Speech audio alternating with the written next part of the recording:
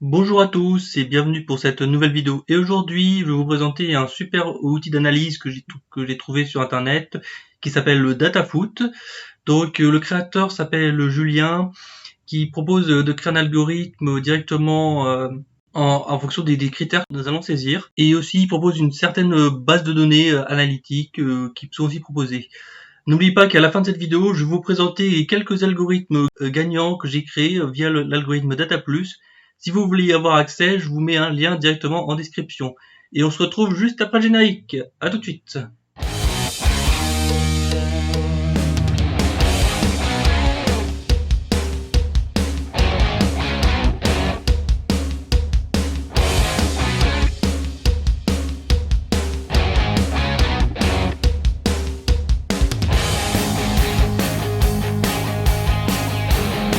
Donc nous revoilà juste après le générique et ce que l'on peut constater tout d'abord, c'est que quand on arrive sur le site de DataFoot Plus, il y a eu DataFoot et DataFoot Plus. Bon, c'est vrai que c'est la DataFoot Plus, c'est une extension de DataFoot.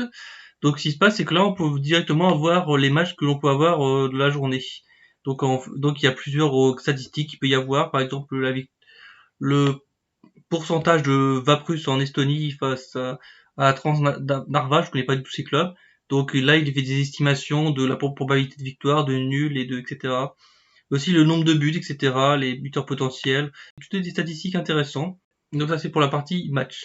Ensuite pour la partie série. Donc pour la partie série, on peut voir les équipes lesquelles qui font les plus grandes séries actuellement. Donc par exemple pour la stratégie du plus de 2,5 buts, on voit qu'actuellement c'est Aruka qui est en tête. Par exemple au Pérou, on voit que c'est le FBC Melgar, etc. Donc ça peut être pas mal si vous êtes intéressé pour faire ce qu'on appelle des fins de série, etc. Donc pour dire ouais bon, je pense que vu que là ça fait tellement une longue série que Haruka n'a pas marqué plus de 2,5 buts, donc je peux dire que pour le prochain match, je pense qu'il y aura de fortes chances que cette série pourra mettre fin. Donc il y a plusieurs séries que vous pouvez voir. Ensuite il y a la partie événements, donc qui peut aussi être très intéressant. Donc là on peut voir aussi également les événements, donc les réalisations, par exemple si telle ou telle équipe a marqué plus de 0,5 buts, par exemple, pour voir quelle est la liste, plus de 1,5 buts, donc voilà. Donc c'est les meilleures équipes par ligue qu'on pourra trier. Donc après aussi une partie ligue qui peut être intéressant. Donc là, si voilà, vous voulez chercher des ligues où ça marque beaucoup de buts, donc là on peut voir que c'est directement en début. Là on peut voir que les îles Féroé, je ne pensais pas qu'il y avait autant de buts, bon, il y a pour moyenne de 33 buts par match, etc. Donc là, vous pouvez cliquer directement sur le contraire pour voir les ligues qui ont le moins de buts actuellement. Donc il y a la Norvège, la Finlande, donc ça m'étonne pas, l'Argentine, la Chine, etc. Bon, c'est vrai que c'est pas trop les équipes européennes qui sont mises en valeur, mais c'est vrai qu'en Europe, on sait qu'on a vraiment des équipes qui marquent le plus de buts, etc., etc. Donc ensuite, il y a aussi la partie bankroll. Bah ça, c'est une partie. Donc ça, c'est par exemple, moi j'ai créé un dossier, bon, j'ai pas mis de données, mais ce qui permet de, par exemple, si vous voulez faire une suivi de statistiques, de votre portefeuille, par exemple, vous avez parié sur tel ou tel match et pouvoir où en est votre portefeuille. Et ensuite, la partie ressources, là, on voit les différents vidéos qui sont proposées de différents youtubeurs qui ont fait les vidéos sur DataFoot Plus. Bon, je garde la partie algorithme pour la fin. En fait, j'ai besoin de vous faire comprendre comment créer une stratégie gagnante avec DataFoot Plus. Donc, c'est pour ça que je vous fais une petite présentation via un PowerPoint, parce que c'est pour vous faire exprimer au maximum les idées que je souhaiterais vous faire véhiculer. Donc, qu'est-ce que DataFoot peut faire? Il propose une grande gamme de données au niveau des matchs et permet de tester automatiquement les matchs. Parce que c'est vrai que le côté analytique, c'est vrai qu'il peut se faire de manière manuellement, mais ça reste assez fastidieux quand tu dois le faire manuellement, faut tout saisir, les codes, etc. Donc c'est vrai que DataFoot Plus permet de le faire ça automatiquement. Donc pour moi, comment faire pour créer une stratégie gagnante avec DataFoot Plus? En fait, la première chose à comprendre, c'est vraiment de trouver les paramètres principaux et voir leurs effets. Donc ce qu'on peut trouver dans les paramètres principaux, moi je vais surtout la cote et la probabilité de victoire de la stratégie. Et après, vous pouvez toujours totalement tester d'autres paramètres secondaires si vous jugez que celle-ci est pertinente par rapport à la stratégie que vous voulez. Donc les paramètres principaux, que je vous explique, la probabilité de victoire de l'équipe A et de l'équipe B, et aussi la cote qui peut avoir lieu. Et par exemple les paramètres secondaires pour avoir la météo. Bon, je sais pas, j'ai aucune idée de ce que peut valoir ce critère, pour ça que je mets en secondaire. Le nombre de buts moyen aussi, si vous faites du over-under. Et le classement de l'équipe, hein, aussi l'équipe si le match est totalement déséquilibré ou s'il est totalement équilibré, donc on peut voir si quel est l'effet de ce paramètre-là par rapport au paramètre principal. Ensuite, en fait, les tests que j'ai effectués sur Datafoot Plus, donc c'est vrai que Datafoot Plus propose un abonnement auquel on peut tester 5 algorithmes à la fois. Donc moi j'ai essayé de reproduire les over-under je sais qu'ils sont gagnants. Donc c'est vrai que pour l'instant j'ai récolté une grosse base de données en fonction de tous les over, tous les under qui existent. Bon, je me suis arrêté à 3,5, j'ai fait de 0,5 à 3,5.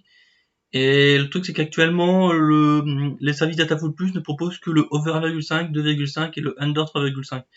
Bon, j'aimerais bien que prochainement, ils puissent proposer le under 2,5 parce que je sais que dans les 8, c'est celui qui est le plus rentable et le plus simple pour gagner de l'argent, en tout cas.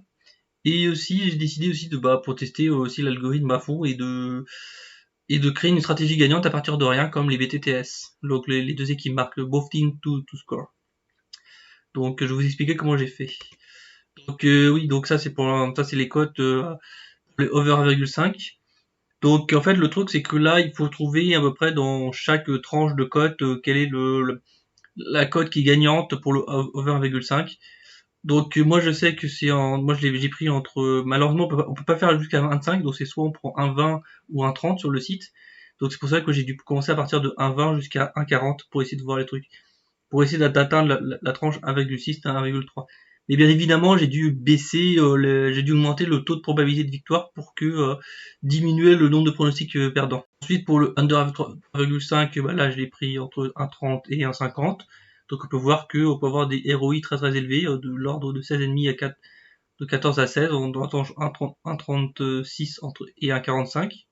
Bon, c'est vrai que moi j'ai pris jusque de 1,30 à 1,50 pour voir ce que ça va donner dans un premier temps. Et ensuite, pour le over 2,5, pour moi, je pense que c'est peut-être celui qui a le plus moyen de gagner de l'argent, donc parce que les cotes sont un peu plus élevées. On peut voir que moi, j'ai pris aux alentours de 1,40 jusqu'à 1,80. Après, c'est vrai qu'on pourrait tester un peu plus supérieur à 2,10, mais le problème, ça reste exceptionnel parce que c'est vrai que là, vous voyez, on a qu'à peine une dizaine de pronostics en même pas 6 mois de temps. Donc c'est vrai que 10 pronostics en 6 mois, c'est quand même pas beaucoup. Même si le ROI est très élevé, donc c'est pas forcément les paramètres les plus pertinents. Donc là maintenant, on va se retrouver directement sur Datafoot, sur les parties algorithmes, et voir les résultats que j'ai donnés. Donc j'ai lancé depuis plus d'un mois. Et on peut voir que on va commencer par regarder ces trois paramètres-là. Le vertical, donc on verra ça plus tard. Et ça, c'est pour essayer de reproduire les under 2,5. Bon, c'est pour essayer de retrouver la zone vraiment value des under 2,5. Donc on va commencer par celui de la stratégie qui aime le moins bien fonctionné. Donc actuellement c'est le over 1,5. Donc c'est celui qui été le plus difficile de gagner de l'argent comme je vous ai montré sur le tableau précédemment. Donc qu'est-ce que ça donne? Donc moi j'avais mis comme critère qu'il fallait que l'équipe à domicile gagne à plus de 85% du temps à domicile et à plus de 83% de l'équipe à l'extérieur. Et j'avais pris, comme je vous ai expliqué, des cotes entre 1,20 et 1,40. Donc on peut voir que c'est assez fluctuant, mais malheureusement c'est plutôt à la baisse, donc il peut y avoir des fortes périodes de hausse, comme par exemple là, ou même au démarrage, là ça a complètement mal démarré. Et donc Datafoot Plus, il propose les pronostics futurs qu'il va mettre en place. Et là il met la liste des pronostics passés. Malheureusement ça s'arrête à 100 pronostics, donc malheureusement on peut pas voir la suite qui est un peu plus basse, c'est un peu dommage. Donc ce qui peut être pas mal, c'est plutôt que ça rapporte, montre directement un tableau Excel qui permet d'analyser encore plus en profondeur. Ce serait plutôt une idée intéressante d'amélioration. Et par exemple, pour savoir si l'algorithme fonctionne, par exemple là j'ai dit qu'on voulait que plus d'1,5 but à une cote à 1,31, on clique sur le bouton G, comme ça on a directement accès au résultat direct. Et là, comme vous pouvez voir qu'il a eu que 1-0, donc le pronostic a bien été perdant. Donc le but a été marqué à la 82e minute. Donc sur une équipe d'Uruguay. Bon, je ne connaissais pas du tout, Liverpool contre Torque, bon bref. Et par exemple, pour voir si ce pronostic de Bochum contre Leipzig est gagnant, on clique dessus. Et là, oui, bon, là le truc c'est que c'est des matchs qui ont lieu régulièrement, mais on peut voir que le match du 2 avril a bel et bien été gagnant, il y a eu 4 buts en effet entre Leipzig et Bochum. Donc voilà pour la partie de la stratégie de over 1,5 avec un ROI de moins 3%. Donc on espère que cela remonte, donc peut-être que je ferai des petites corrections sur cet algorithme pour essayer d'augmenter, pour espérer atteindre peut-être un ROI de 5%. Ensuite, pour regarder la deuxième stratégie que j'ai mis en place, le moins de 3,5 buts. Donc là, j'ai mis que je veux que la pronostic soit gagnant à plus de 70% du temps. Donc voilà. Et j'ai pris des cotes entre 1,30 et 1,50 et on obtient un ROI de 2%. Donc moi, à peu près, je pensais qu'on aurait un ROI un peu meilleur. Mais il faut reconnaître que le mois d'avril a été un mois particulièrement mauvais pour en tout cas tout ce qui est pas stratégie des under, etc. Il y a eu relativement plus de buts que l'accoutumée, donc c'est peut-être pour ça que le ROI n'est pas forcément optimum.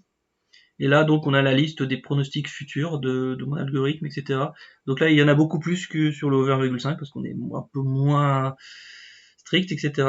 Et là, on peut voir également que les résultats passés. Donc, par exemple, voir si la stratégie Rotterdam contre Burnley est gagnée. On va regarder ça, si ça fonctionne. Donc oui, en effet, il y a eu 2-2, donc il y a eu 4 buts, donc le pronostic a été perdant. Donc ça s'est pas joué à grand chose. Ah bah oui, on a perdu ça à la 85e minute, c'est un peu dommage. Bon, c'est comme ça, c'est les pronostics, donc on gagne pas toujours à tous les coups, malheureusement. Et ensuite, maintenant, on va regarder la stratégie du over 2,5. Là, on a un ROI de 11%, donc je pensais pas qu'on serait aussi bon. Moi, je pensais qu'on serait aux alentours de 10%, donc on est bon. Mais bon, après, c'est vrai que j'ai mis des conditions beaucoup plus restrictives pour le over 2,5. Donc moi, j'ai mis supérieur ou égal à 70% à domicile et 62% pour l'extérieur, donc avec des cotes 1,40 à 1,80. Donc là, on peut voir qu'il y a eu une forte chute, là, bon, entre là et là, donc on a eu 1, 2, 3, 4, 5 pronostics perdants, mais c'est vrai qu'après on n'a pas forcément, c'est vrai qu'on a eu que 25 pronostics en un mois, donc c'est vrai que il faudrait attendre plutôt qu'on ait soit dans les près 75 à 100 pronostics pour valider la stratégie, mais ça commence à être plutôt positif, en tout cas ça part plutôt dans un bon pied. Donc là on a la liste, donc vous voyez qu'on n'a pas forcément énormément pour le pronostic pour ce week-end. Donc on a 1, 2, 3, 4, 5, 6, 7. 7 pronostics pour ce week-end. Donc voilà. Donc peut-être que c'est vrai que je réanalyse ça, peut-être retirer les cotes à 1,40 qui sont peut-être perdants ou peut-être augmenter les cotes, peut-être pour voir, faudrait l'analyser pour voir si on peut améliorer ce type de stratégie. Ensuite, le BTTS call. En fait, pourquoi j'ai fait un test de BTTS call? Ce qu'il faut savoir, c'est que souvent, quand une stratégie est gagnante dans un sens, en fait, elle est souvent perdante dans l'autre sens. Donc, en fait, il faut comprendre, est-ce qu'il est plus intéressant de faire un OBTTS ou un BTTS? Donc là, c'est pour ça que j'ai mis à froid, j'ai pas mis de restriction de cote, donc je sais qu'en moyenne, à peu près, il y a 50% des matchs qui font 50, à peu près 50% de BTTS, donc j'ai essayé de voir de la tranche, etc. Et bon, le truc c'est que là, la simulation, je sais pas pourquoi, ça n'a pas activé, donc on peut pas voir l'évolution. Mais là, moi c'est vrai qu'on n'a pas accès aux codes précédentes, ça c'est assez étonnant. Moi j'ai eu accès aux codes, et en fait le truc c'est que je pense que je vais faire, c'est que je vais refaire la même expérience, je vais supprimer cet algorithme, mais cette fois je vais mettre des restrictions de codes. Et je vais essayer de mettre des restrictions de codes que j'avais fait une estimation entre des codes entre 1,80 et 2. Je pense que je vais faire ça. Je vais faire prendre que les pronostics. J'ai gardé les mêmes critères supérieur ou égal à 50, mais en mettant des pronostics entre 1,80 et 2 ouais, je vais faire ça à 2. Ensuite, le cinquième algorithme que moi je me suis créé, c'est pouvoir reproduire les overs de type 2,5. Donc j'ai lancé ça hier, donc c'est très récent. Donc là-dessus, j'ai fait en sorte que vu que je sais que le under 2,5 sont très rentables, donc j'ai essayé de faire en sorte que on gagne à plus de 55% du temps là, à domicile extérieur, et que dans le plus de 2,5 buts, on ait des cotes entre 1,8 et 2,1. Donc ce qui fait qu'on peut potentiellement retrouver des cotes entre 1,85 et 2,10 et 2,15 pour la pronostic.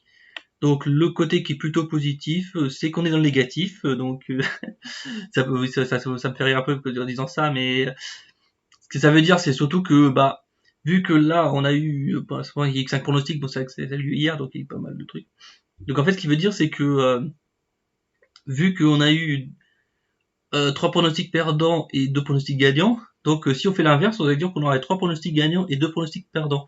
Donc là, on aurait un ROI plutôt positif pour l'instant.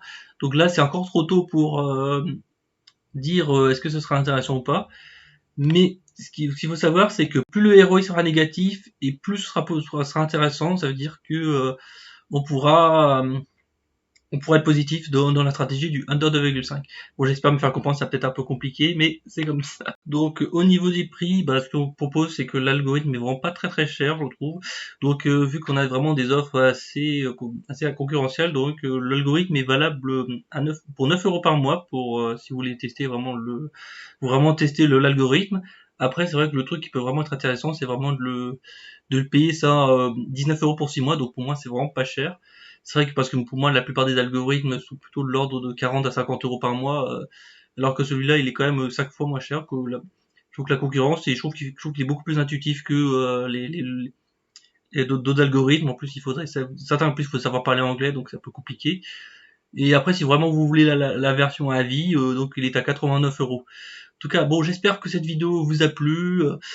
En tout cas, n'hésitez pas à suivre le lien que je vous ai mis dans la description pour profiter de mes différents algorithmes gagnants, si vous voulez vraiment tester mes différentes stratégies. Et donc, je vous dis à très bientôt pour une prochaine vidéo. Bye bye.